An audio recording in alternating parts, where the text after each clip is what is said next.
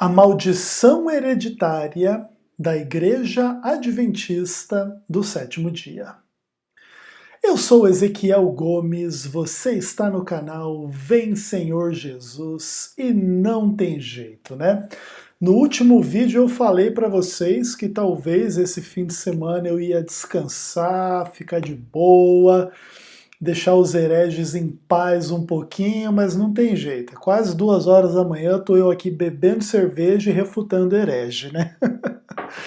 Não tem muito o que fazer, né, pessoal? Mas vamos lá, né? A gente tem bastante trabalho pela frente.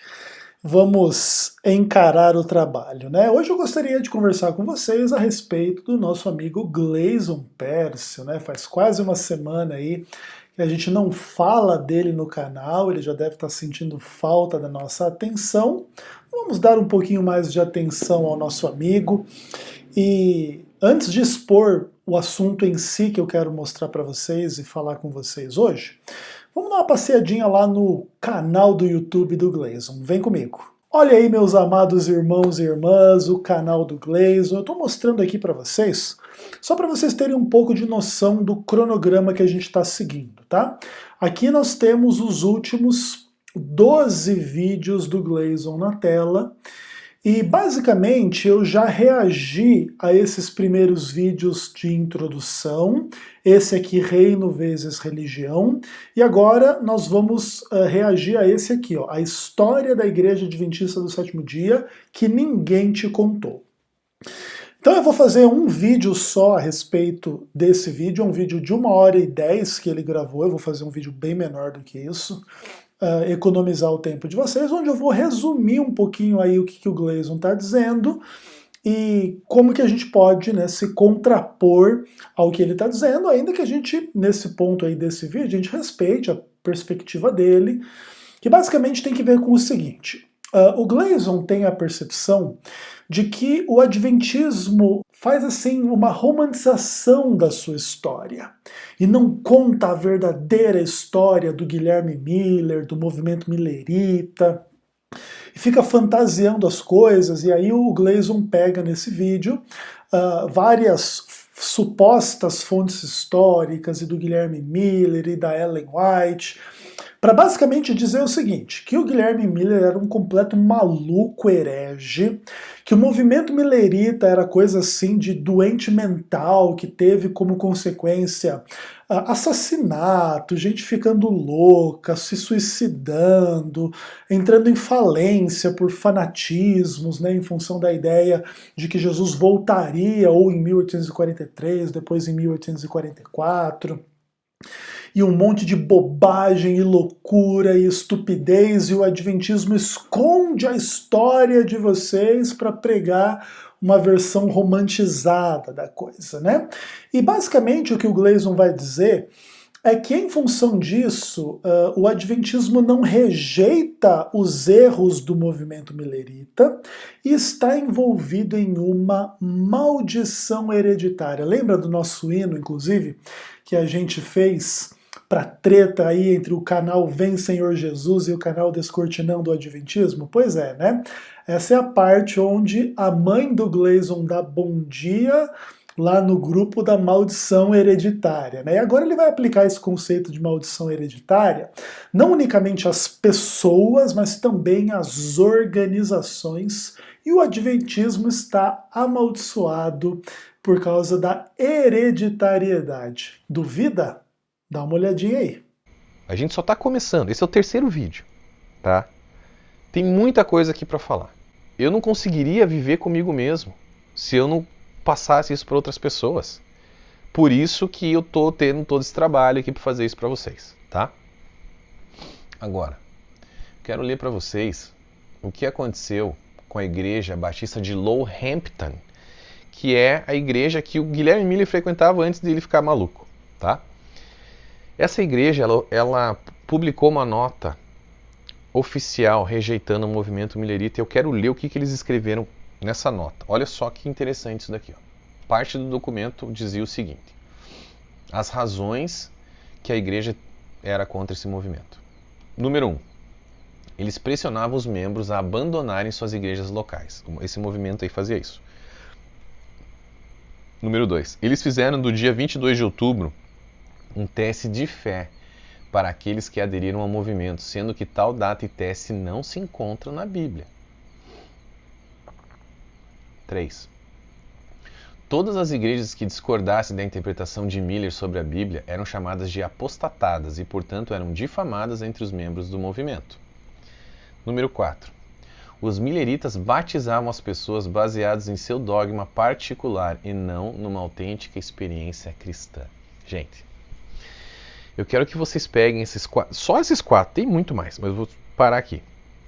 Esses 4 itens e troquem movimento millerita por Igreja Adventista do Sétimo Dia. Vamos ver como é que fica? A Igreja Adventista do Sétimo Dia pressiona os membros de outras igrejas a abandonarem as suas igrejas locais. Eles fazem, do dia 22 de outubro, um teste de fé para aqueles que querem entrar na igreja, sendo que tal data e teste não se encontra na Bíblia.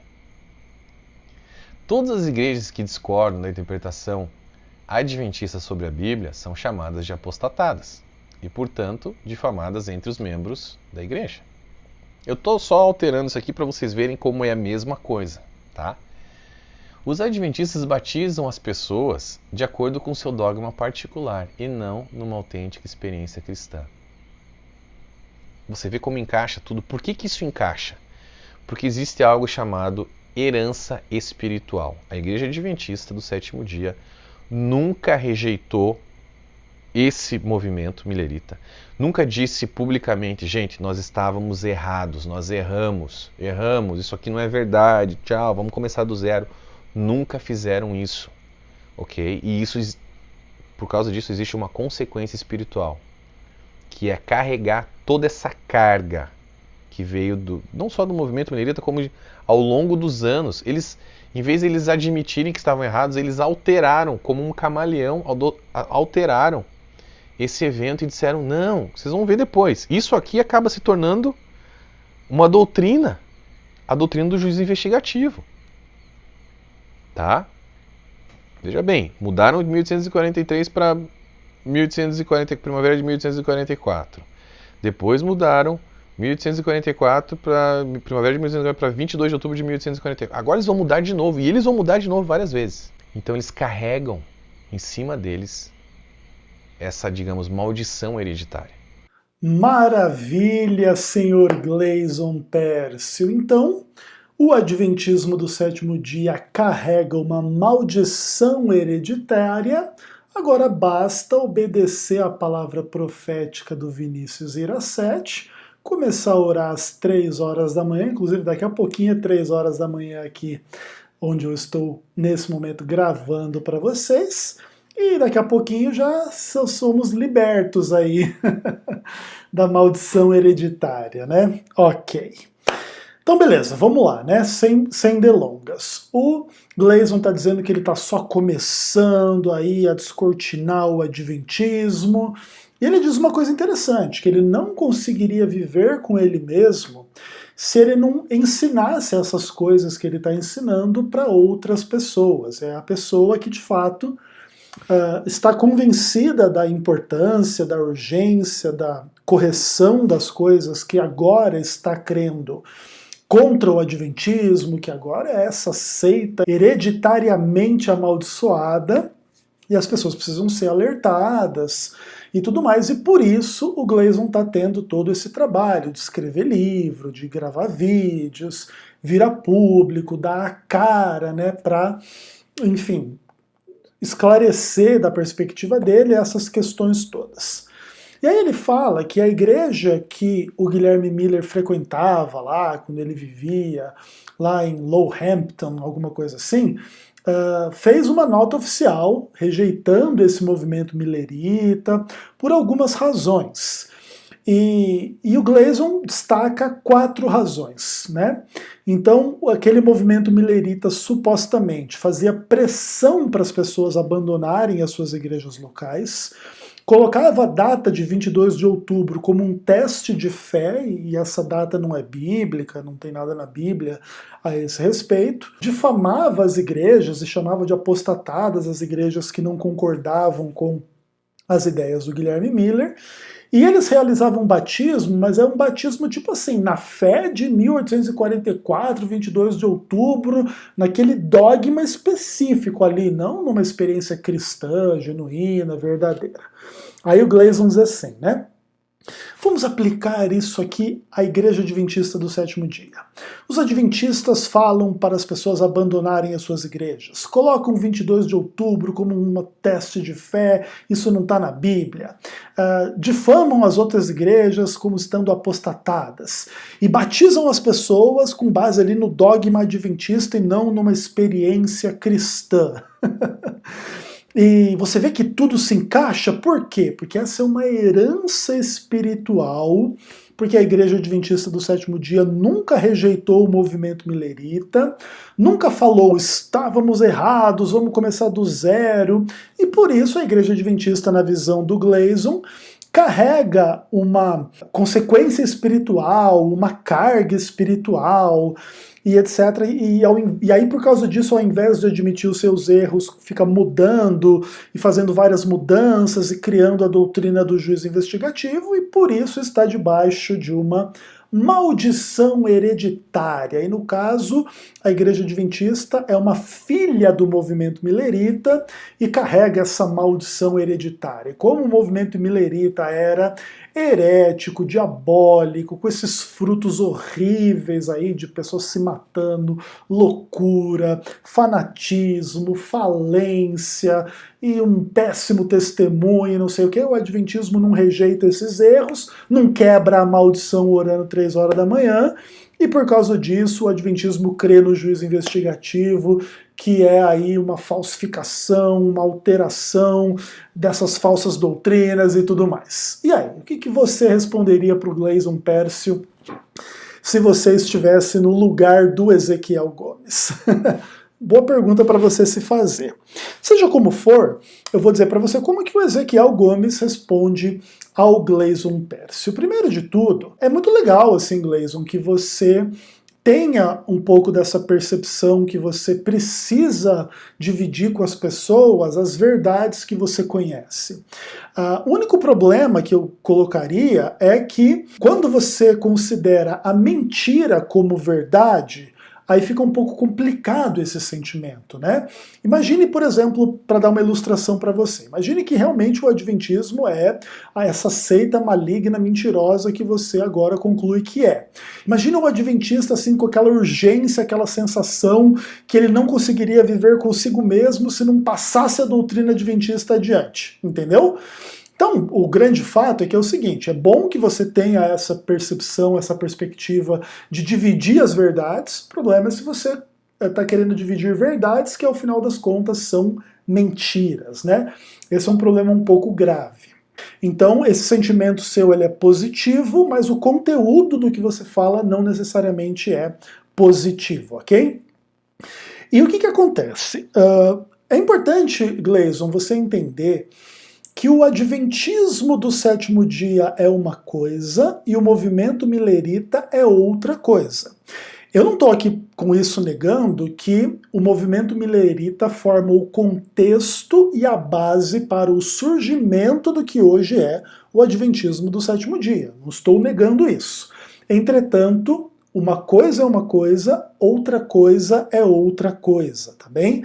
Isso é bem importante de você entender desde o princípio. O movimento milerita era um movimento bastante complexo, em um momento, em um contexto cultural muito específico nos Estados Unidos do século XIX, onde sim, floresceram inúmeros movimentos bastante heréticos, difíceis, ruins e ao mesmo tempo outros bons, excelentes, maravilhosos, em meio aí a essa coisa da experiência do país Estados Unidos da América como um país protestante, como um país cristão, que estava encontrando e buscando a sua identidade em meio a questões aí de guerra civil, de prosperidade, de 1 milhão de questões aí que podem ser estudadas e vislumbradas do ponto de vista histórico e etc.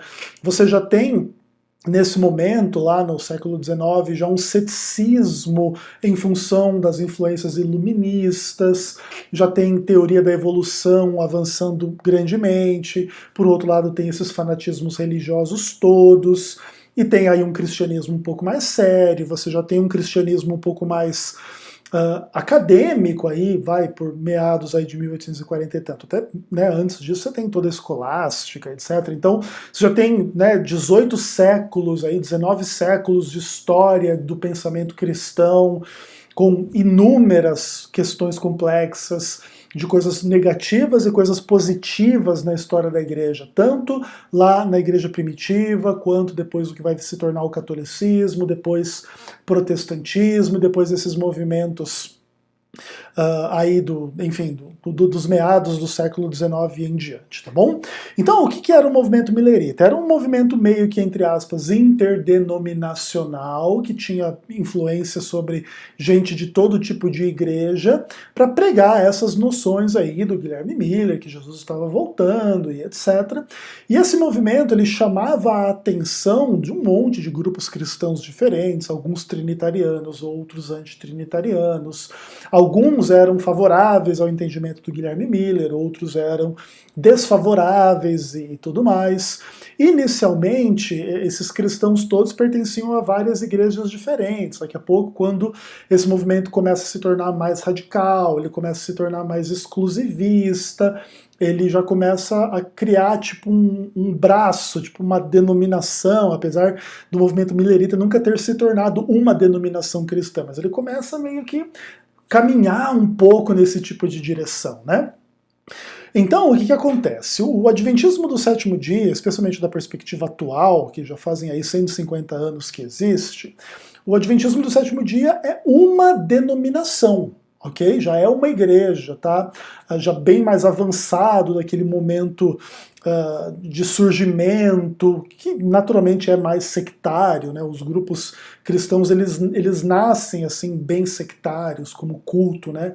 Que a gente fala em inglês, o cult mesmo, né? Que tem essa perspectiva assim, de um grupinho pequeno, essas visões apocalípticas e não sei o que. E hoje o Adventismo já amadureceu bastante em relação a isso, já virou uma instituição gigantesca, já inclusive hoje sofre um processo de decadência da sua instituição, o que inclusive é bastante comum e normal nas organizações religiosas, e tudo isso pode ser estudado, etc, etc, etc.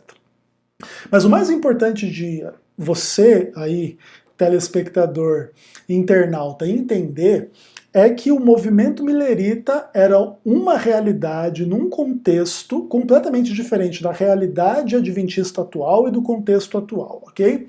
Então, essas aplicações que o Gleason faz, elas não são corretas, nem intelectualmente honestas, e nem correspondem à realidade dos fatos, né?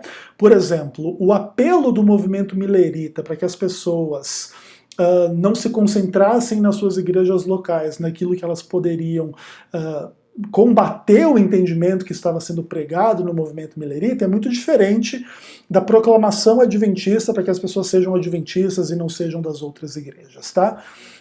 Não é a mesmíssima coisa que está acontecendo aqui. O Adventismo não é um movimento interdenominacional com uma mensagem de fim do mundo daqui 6 meses, ou daqui 10 anos, daqui 5 anos, e que vai fermentar todas as denominações e daqui a pouco vai criar problema com todas elas. Não é exatamente a mesma coisa, tá bom? Uma outra coisa importante é que tanto o Gleason quanto outros críticos do Adventismo falam que praticamente ninguém no Adventismo consegue entender e explicar o juízo investigativo e não sei o quê. Agora, quando se torna conveniente que eles preguem que 22 de outubro é uma teste de fé, não sei das quantas, e parece que todo adventista é um fanático conhecedor lá das implicações e dos cálculos da data de 22 de outubro de 1844. Vocês precisam, né, vocês críticos do adventismo, precisam meio que dizer exatamente o que vocês creem. Nós, adventistas, somos conhecedores das questões da data de 1844, 22 de outubro, ou a gente nem conhece nada sobre isso e a gente é tudo alienado, não conhecemos nada sobre essa doutrina esdrúxula e sem pé nem cabeça do adventismo do sétimo dia, entendeu? Então não é bem assim, inclusive, né, uma coisa interessante. É bem verdade que, para o movimento milerita, essas datas todas aí, elas eram absolutamente essenciais, até porque elas estavam no futuro ali a curto, médio prazo. Então, toda a mensagem desses caras estavam focada naquele tempo futuro, logo que iria acontecer, né? Que eles interpretavam como a volta de Jesus. No Adventismo do sétimo dia, a importância dessas datas, ou da data de 22 de outubro de 1844, ela tem mais que ver com o passado e com o fundamento, e não com a perspectiva futura da mensagem adventista, né? A mensagem adventista é um futuro de que Jesus voltará, o breve Jesus voltará. E não tem mais essa mesma realidade do tipo vai voltar daqui 6 meses, daqui 10 anos, daqui 5 anos. Claro, às vezes tem alguns adventistas que tentam fazer essas previsões de 2020, 2030, 2050, 3000 e tanto, mas em geral esses movimentos todos são considerados heréticos pela igreja adventista, perigosos, são desencorajados e etc, ok?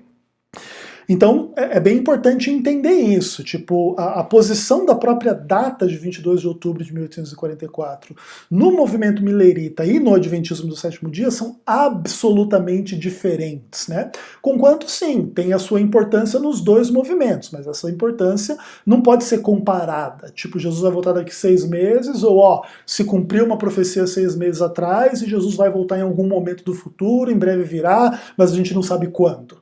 São mensagens bastante diferentes na sua essência, tá bom? Outra coisa, o movimento milerita, se ele pregava que as igrejas estavam apostatadas porque não estavam aceitando a data de 22 de outubro de 1844, pregava essa apostasia das igrejas com base na rejeição de uma mensagem bastante específica. O adventismo do sétimo dia tem uma percepção bastante maior e bastante mais ampla da suposta apostasia no mundo evangélico e católico, espírita, cristão de uma forma geral, né? Que tem que ver com questões relativas à guarda do sábado, que não era uma pauta do movimento milerita, que tem que ver com questões gerais de teologia, sei lá, de prosperidade, ou mesmo dessas ênfases em línguas e milagres e cura e grana e não sei o quê, que muitas vezes ofuscam, né, uma espiritualidade mais centrada na fé, no amor, na própria volta de Jesus e tudo mais.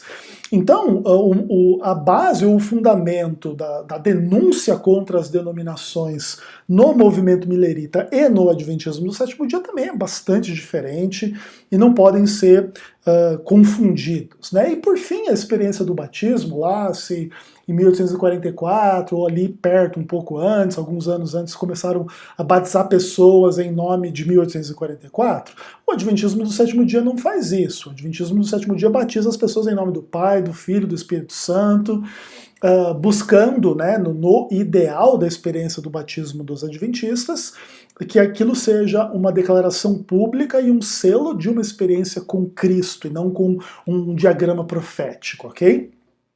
Então não funciona da forma como o Gleason está colocando de maneira nenhuma. O Gleason faz uma leitura muito maldosa desses possíveis paralelos entre o movimento milerita e o adventismo do sétimo dia, tá? E aí entra uma outra questão. O nosso amigo Gleason diz que a igreja adventista nunca rejeitou aí os erros do movimento milerita, né? Como quem diz assim, né?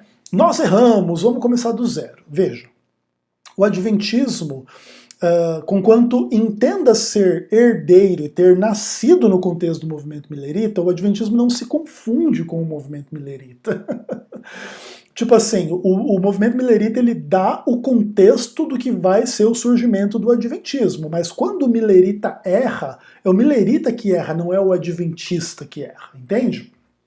E isso não quer dizer que os adventistas entendem que eles são inerrantes, infalíveis, e eles nunca tiveram nenhum erro na sua história. Pelo contrário, a denominação adventista ela é cheia de tretas internas em função de erros supostos ou reais da igreja em termos teológicos, administrativos e missionários e lideranças e inúmeras tretas. O Adventismo é um movimento extremamente interessante dentro dessa perspectiva, né? É um movimento que tem uma certa unidade em torno de algumas doutrinas e dessa estrutura administrativa sólida que se desenvolveu, mas também tem um monte de grupos meio periféricos ou internos dentro da igreja, de pessoas mais tradicionais, de pessoas mais progressistas, de pessoas mais liberais, daquelas pessoas bem fanáticas, bem perfeccionistas mesmo.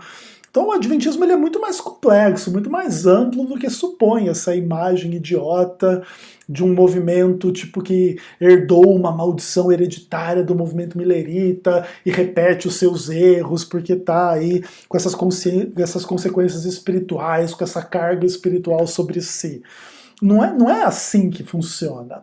E o mais interessante nisso tudo aqui é que é o seguinte, ele diz assim que o Adventismo não admite erro, mas ele mudou o entendimento aí de 1843 para 1844 e mudou várias vezes até virar juízo investigativo. Veja bem, 1843, 1844 não existia igreja adventista, amigo, não sei se você sabia disso.